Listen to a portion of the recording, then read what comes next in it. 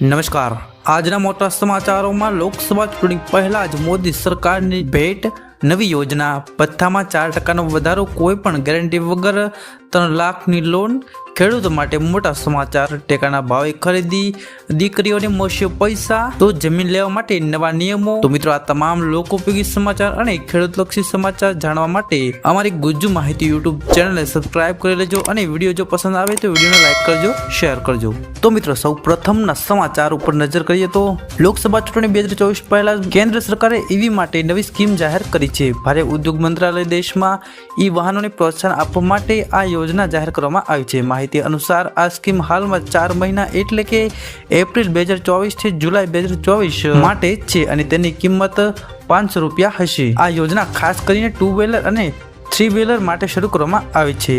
તમને જણાવી દઈએ કે દેશમાં ઇલેક્ટ્રિક વાહનોના ઝડપી ઉત્પાદન અને અપનાવવાનો બીજો તબક્કો 31 માર્ચ 2024 રોજ સમાપ્ત થઈ રહ્યો છે। ભારે ઉદ્યોગ મંત્રી મહેન્દ્રનાથ પાંડેએ ઈ વ્હીકલ પ્રમોશન સ્કીમ 2024 યોજનાની જાહેરાત કરી છે। આ પ્રસંગે તેમણે કહ્યું હતું કે નરેન્દ્ર મોદી સરકાર દેશમાં ઇલેક્ટ્રિક વાહનોને પ્રોત્સાહન આપવા પ્રતિબદ્ધ છે। તો મિત્રો, ઈ વ્હીકલ પ્રમોશન શું છે તેના વિશે જોઈએ। ઈ વ્હીકલ પ્રમોશન સ્કીમ હેઠળ દરેક 2 વ્હીલર ઇલેક્ટ્રિક વાહનો પર ખરીદી માટે ₹10,000ની સબસિડી આપવામાં આવશે। આ યોજનાનો ઉદ્દેશ સબસિડી પર લગભગ 3.3 લાખ 2 વ્હીલર વેચવાનો છે। આ યોજના હેઠળ 3 વ્હીલર ઈ રિક્ષા આની ખરીદી ઉપર ₹25,000ની સબસિડી મળશે। આ સબસિડી સાથે જ આ યોજના હેઠળ 41,000થી વધુ વાહનોનું વેચાણ થશે। ત્યારબાદના સમાચાર, લોકસભા ચૂંટણી પહેલા જ આચારસંહિતા લાગુ થતા પહેલા મધ્યપ્રદેશ સરકારે કર્મચારીઓને મોટી ભેટ આપી છે। સરકારે કર્મચારીઓના મોંઘવારી ભથ્થામાં 4%નો વધારો કર્યો। મોંઘવારી ભથ્થામાં વધારા બાદ હવે 46%ના દરે ચૂકવણી કરવામાં આવશે। અત્યાર સુધી રાજ્યના કર્મચારીઓને મોંઘવારી ભથ્થું 42% હતું। વધેલ ભથ્થામાં 1 માર્ચથી લાગુ થશે। તેની ચૂકવણી એપ્રિલ મહિનામાં થશે। ત્યારબાદના સમાચાર, વિશ્વકર્મા યોજના કોને મળે છે? આ યોજનાનો લાભ તે જાણીએ માહિતી વિસ્તારમાં।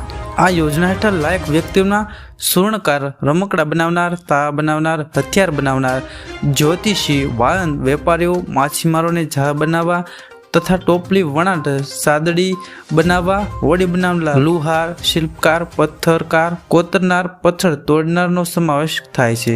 જોકે ઘણાને પાત્ર લાભાર્થીઓને અથવા તો અરજી પ્રક્રિયા વિશે કદાચ ખબર ન હોય, તો ચાલો જાણીએ વિસ્તારમાં। આ યોજના હેઠળ ઓફર કરવામાં આવતા લાભોની ટૂલ કિટ ખરીદવા માટે ₹15,000ની સબસિડી, ₹500નું દૈનિક સ્ટાર્ટ પેડ અને એડવાન્સ તાલીમ દરમિયાન વધારાના પ્રોત્સાહનનો સમાવેશ થાય છે। આ યોજના હેઠળ પોસાય તેવા વ્યાજ દરો પણ આપે છે અને કોઈ પણ ગેરંટી વગર ₹3 લાખ સુધીની લોન આપે છે। તે જાણવું અગત્યનું છે કે ચોક્કસ વિગતો અને પાત્રતાના માપદંડો અલગ અલગ હોઈ શકે છે। ત્યારબાદના સમાચાર, ખેડૂતો માટે મહત્વના સમાચાર, તુવેર, ચણા અને રાયડાની ટેકાના ભાવે ખરીદી કરાશે। ખેડૂતો માટે મહત્વના સમાચાર, ગુજરાત સરકારના કૃષિ મંત્રી મહત્વની માહિતી આપતા કહ્યું છે કે ગુજરાતમાં 18મી માર્ચથી આગામી 90 દિવસ સુધી તુવેર, ચણા અને રાયડાની ટેકાના ભાવે ખરીદી કરાશે।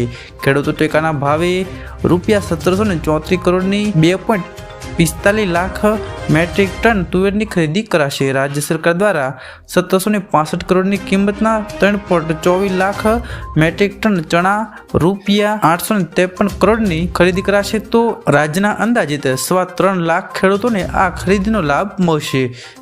કૃષિ મંત્રીએ વધુમાં જણાવ્યું હતું કે ખેડૂતોને પોષણક્ષમ ભાવ મળે એ માટે અનેકવિધ પ્રયાસો થઈ રહ્યા છે। ખેડૂતોના ઉત્પાદિત પાકોની ટેકાના ભાવે ખરીદી પ્રક્રિયા પણ સમયસર કરવામાં આવે છે, જેના ભાગરૂપે ગુજરાતમાં તુવેર, ચણા અને રાયડાની આગામી 18મીથી ટેકાના ભાવે ખરીદી શરૂ થશે, જે 90 દિવસ સુધી ચાલશે। 15મી જૂન સુધી ચાલુ રહેશે, જેનો લાભ અંદાજે 3.20 લાખ ખેડૂતોને થશે।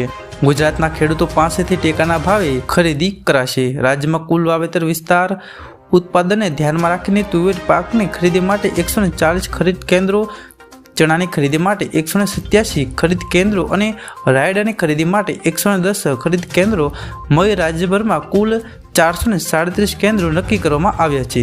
રાજ્ય સરકાર દ્વારા ખેડૂતો પાસેથી પૂરતા પ્રમાણમાં તુવેર, ચણા અને રાયડાની ખરીદી કરવામાં આવશે અને તે માટે સરકાર દ્વારા તમામ આગોતરું આયોજન કરવામાં આવ્યું છે।